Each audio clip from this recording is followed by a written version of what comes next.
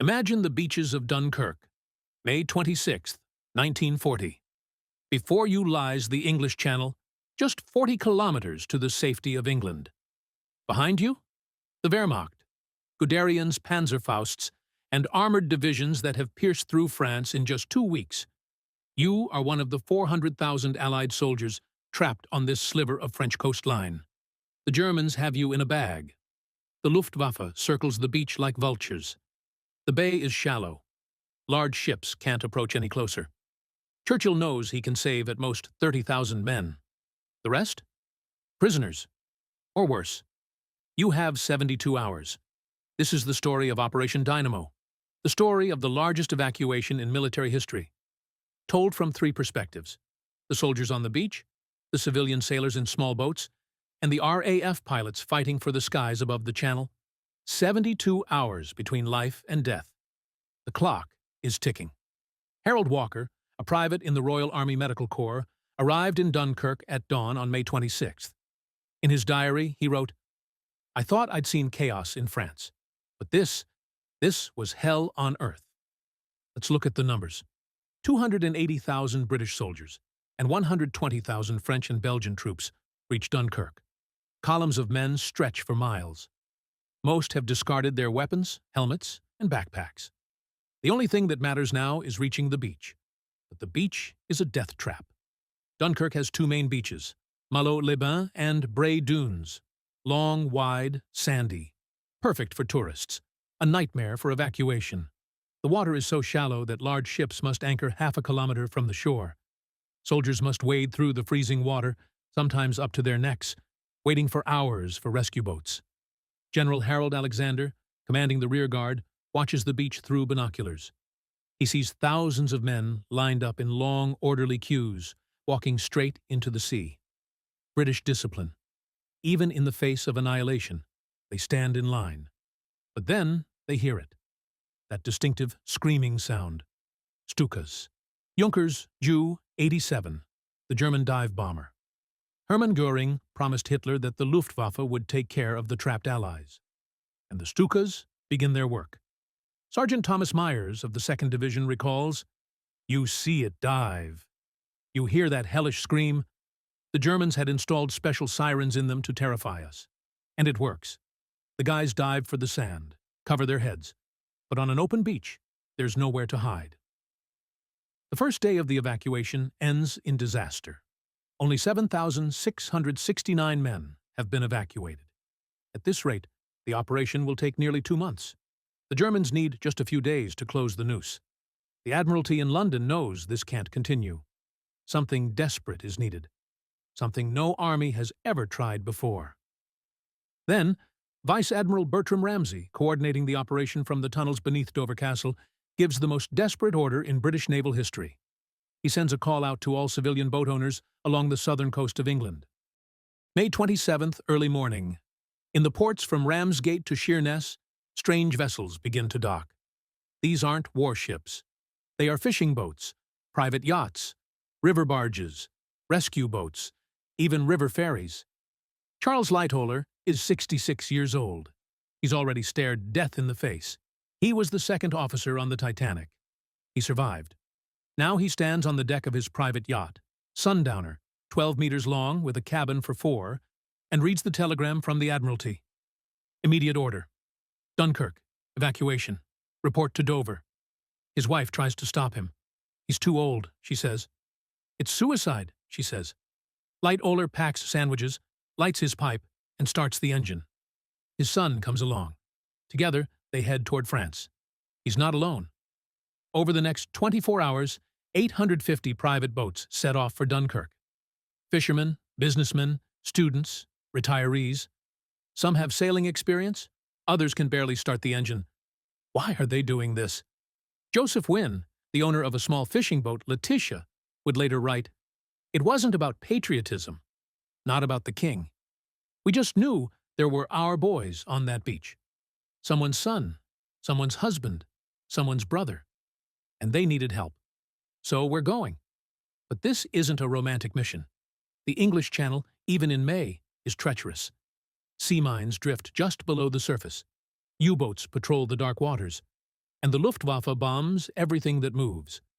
Lightoller sails through the night. At dawn, he sees it on the horizon, a massive column of black smoke. Dunkirk is burning. The Wehrmacht is shelling the refineries, fuel depots exploding one after another. The city looks like something out of a biblical vision of hell. As Sundowner approaches the beach, Lightoller witnesses true horror. The water is littered with wrecks. Capsized boats, the hulls of barges jutting out like shark fins, bodies drifting among the debris. On the beach, thousands of men wave, shout, and plead for rescue. Lightoller is an experienced sailor. He knows his yacht can safely carry 12 men, 15 if they're packed in tightly. That day, Sundowner will take 130 soldiers. They are so packed that some must stand in the water up to their knees on the deck. The yacht is so low in the water that waves splash over the side. Any larger wave could sink them. But Lightoller keeps his course for Dover. 3 hours back, through mined waters, under aerial bombardment, with a boat so overloaded it could sink at any moment. They make it. They unload the soldiers, and Lightoller immediately turns back for more. He will make 5 trips to Dunkirk. 8,000 meters above the channel, pilot officer Alan Christopher Al Deer from 54 Squadron spots them first. 20 Messerschmitt Bf-10-9s flying in a tight formation. "Bandits! 2 o'clock high!" he shouts over the radio. The largest aerial battle the world has ever seen is about to begin. The Royal Air Force knows this is the moment of truth. Churchill has personally ordered, protect the evacuation at all costs. Every boat that reaches England means 30, 50, or 100 soldiers who will be able to defend the island when the Germans come. The RAF sends everything it has, 200 Spitfires and Hurricanes. But the Luftwaffe has the numbers, 300 fighters and 200 bombers. And they have the tactical advantage. They're flying from bases in France, just 5 minutes to Dunkirk.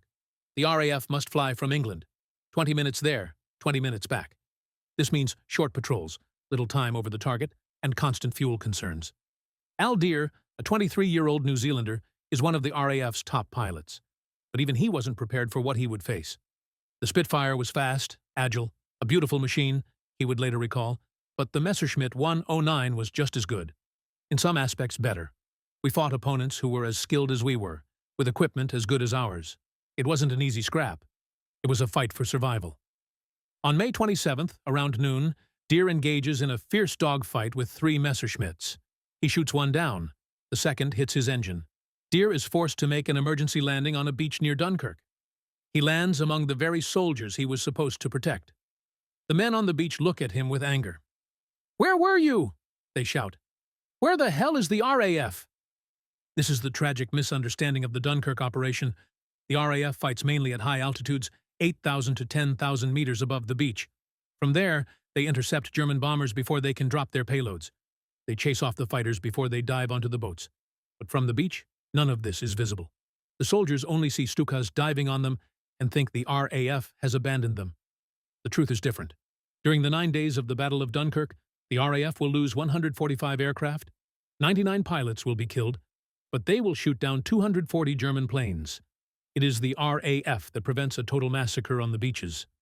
Al Deer will make it back to England on a rescue boat. 48 hours later, he'll be back in a Spitfire, returning to Dunkirk. By the end of the operation, he will have shot down 4 more German aircraft.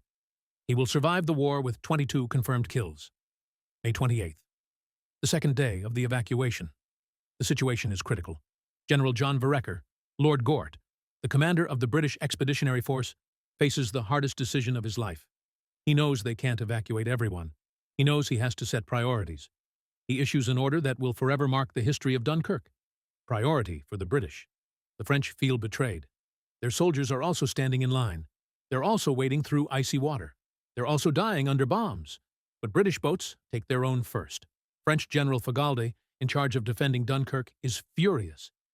"They're leaving us to die," he tells his officers, but he still orders his rear guard to hold the line. Without them, the Germans will enter the city within an hour, and no one will be evacuated. The French hold, and they die so that others can live. But there is hope. There is one place where large ships can approach more closely: the eastern jetty in Dunkirk's port. This isn't a jetty in the traditional sense.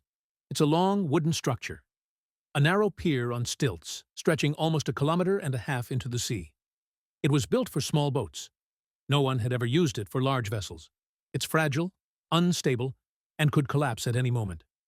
Captain William Tennant, officer commanding the beaches, looks at the jetty and makes a decision. We'll try it. It's both brilliant and crazy.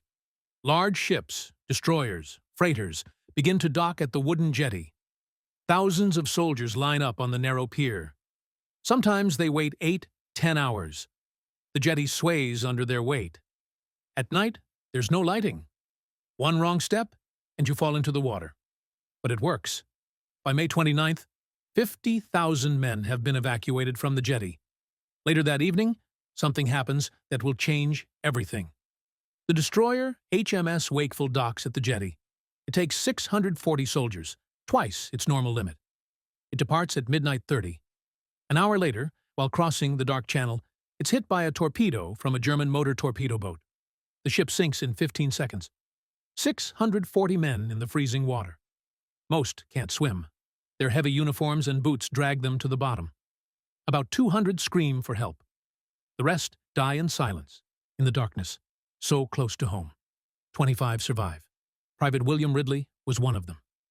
I heard the screams, he recalls. Hundreds of voices calling for help. Then they got quieter and quieter, until finally, silence. It was worse than the screams. And still, the next morning, soldiers continue to line up on the jetty. Because it's their only chance. Not everyone is a hero. Some break down. Soldiers have been seen fighting for spots on the boats, pushing, attacking officers. But most maintain discipline. They know, if they panic, they all die. There are moments of beauty in the chaos, too. Medic Harold Walker describes a scene. I saw a boy, maybe 19, wounded in the leg. He couldn't walk to the boat himself. His friends carried him. When they reached the water, one of them said, "I'll stay here, help the others." "You go." And he stayed. He watched as his friends sailed away. I don't know if that boy survived, but I remember his face. By the end of May 29th, 150,000 soldiers have been evacuated. That's more than Churchill ever dared hope for.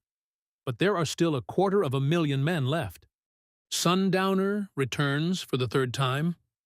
Lightoller is exhausted. He hasn't slept for 36 hours.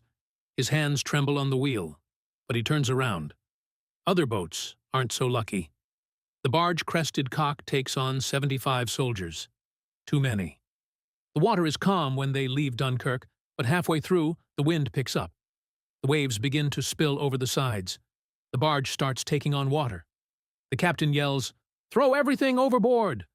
Weapons, helmets, everything. The soldiers throw their gear into the sea, but it's not enough. The barge sits lower in the water. The water is up to their knees, then their waists. "Jump!" someone shouts. But where? They're in the middle of the channel. The nearest shore is 8 kilometers away. In the freezing water, you might survive 20 minutes. The Crested Cock sinks 5 kilometers from the English coast. 14 people are rescued. But the small boats keep going. Tamzine is an 8-meter rowing boat. Its owner, fisherman John Rofe, doesn't even have an engine. He rows to Dunkirk. He takes 9 soldiers, returns, rows back. 9 more. And again. He will make 7 trips under oar power. Lightoller does the math in his head. 850 small boats. If each one makes an average of 3 trips and carries 50 people each time, that's 127,000 people. That might be enough. But time is running out. The Wehrmacht is closing the encirclement. The 1st Panzer Division is only 8 kilometers from the beach. The French rearguard won't hold for long. And there's another problem. The Luftwaffe is intensifying its attacks. Stukas are not just diving on the beach anymore. Now they're bombing the boats. Every boat making the crossing from Dover to Dunkirk is a target. The Stuka pilot can see the whole channel from above. Tiny dots on the blue surface. Easy targets. The minesweeper, Brighton Bell, is hit at 14:20. It's carrying 800 soldiers. A bomb hits the engine room. The ship starts sinking. But this time, they're close, only 3 kilometers from Dover. Other boats approach, picking up survivors. 750 men are saved. It's luck. But luck can't last forever. By the evening of May 29th, 29 ships and boats lie at the bottom of the channel, and still, the Armada sails on. Squadron Leader. James Leithart leads his squadron of Spitfires over Dunkirk at dawn on May 29th. He has enough fuel for 40 minutes of patrol. 40 minutes to protect the beaches, the boats, and thousands of lives. Then he sees them. A formation of 30 Heinkel He-111 bombers, German bombers, flying low, heading straight for the evacuation fleet. All units, engage! Protect the ships. 8 Spitfires versus 30 bombers plus their escort of Messerschmitts. The math isn't in their favor, but the RAF has no choice. They dive in. Leithart targets the first Heinkel. A burst of 8 machine guns. He watches as his rounds tear through the bomber's fuselage. Smoke, flames. The Heinkel sways and starts to fall. But while Leithart was attacking, a Messerschmitt got on his tail. A burst of fire tears through the left wing of his Spitfire. The plane spins into a corkscrew. Leithart struggles with the controls. 3,000 meters. 2,000. 1,000. The ground rushes up at him. At the last moment, he regains control. Just. He saves the plane 50 meters above the waves. His Spitfire is riddled with holes, barely flying, but it stays in the air. Leithart heads for Dover, praying that the fuel and engine hold up. He makes it. He lands on one wheel. The Spitfire skids, spins, and comes to a halt just a meter from the hangar. Leithart climbs out of the cockpit. His legs buckle beneath him. A mechanic runs up to him. "Sir, you're wounded." Leithart looks down. He hadn't even noticed. A fragment has pierced his thigh. Blood seeps through his uniform. "Patch it up," he points at the plane. "I need to go back." 3 hours later, he's flying again over Dunkirk. This is the spirit of the RAF during Operation Dynamo. Pilots fly 4, 5, 6 missions a day. They sleep 3 hours. They fly with injuries, with concussions, with cracked skulls, because they know if they stop flying, the Luftwaffe will wipe out the evacuation fleet. But the cost is terrifying. Pilot Officer Tony Lovell, 22 years old, shot down on May 29th. He dies. Squadron Leader Michael Robinson, shot down over Dunkirk. Captured, imprisoned until the end of the war. Flight Lieutenant James Sanders, hit by a Messerschmitt, makes an emergency landing on the beach, evacuated on a boat. He returns to England not as a hero, but as a refugee. By the end of the operation, the RAF will have lost 145 aircraft. That's 1/3 of all the Spitfires and Hurricanes they had. Churchill calls it an unacceptable loss. But there's no choice. Without the RAF, there would be no evacuation. And there's something else the soldiers on the beach don't know. Every Messerschmitt, every Heinkel shot down over Dunkirk is one less plane in the Battle of Britain, which will come in 2 months. The RAF is paying in blood now to have a chance later. Al Deer, who will survive, writes in his memoirs, "Dunkirk wasn't our victory, but we stopped them, and that was enough." June 3rd, 200 hours, the last night of Dunkirk. The city is burning. The Wehrmacht has closed the encirclement. The French 12th Motorized Division is holding the last line of defense, a narrow corridor between the Germans and the beach. But they won't last long. General Harold Alexander, the last British officer on the beach, drives a jeep along the coast. He checks to see if there are any British soldiers left. German shells explode 500 meters behind him. Only 40,000 men are left on the beach, mostly French, rearguard soldiers who held the line so others could escape. Now, it's their turn. British boats are returning for them. It seems unfair that they must wait until the end, but that was the military calculation. Lord Gort had to save his own soldiers first to defend England. The French understand this, but that doesn't change the fact that they are furious. Captain Pierre Barlone, commander of a French artillery battery, writes in his journal, "We were the last.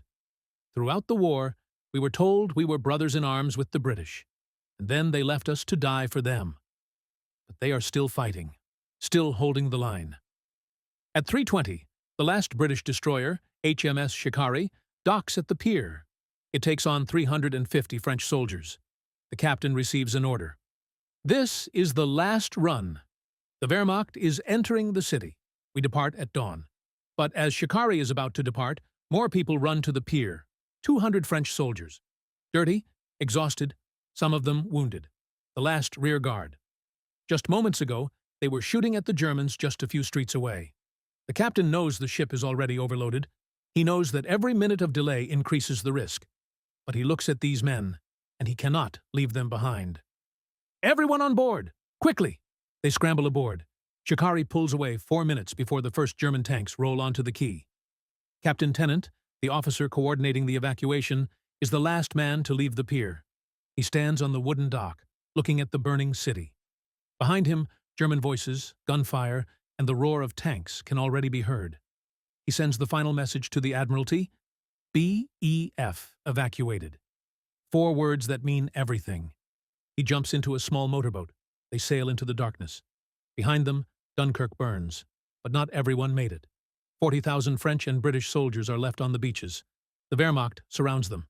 They surrender at dawn on June 4th.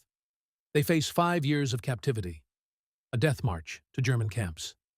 Thousands will die on the way, thousands more in the camps. For them, the war has just ended, and they lost.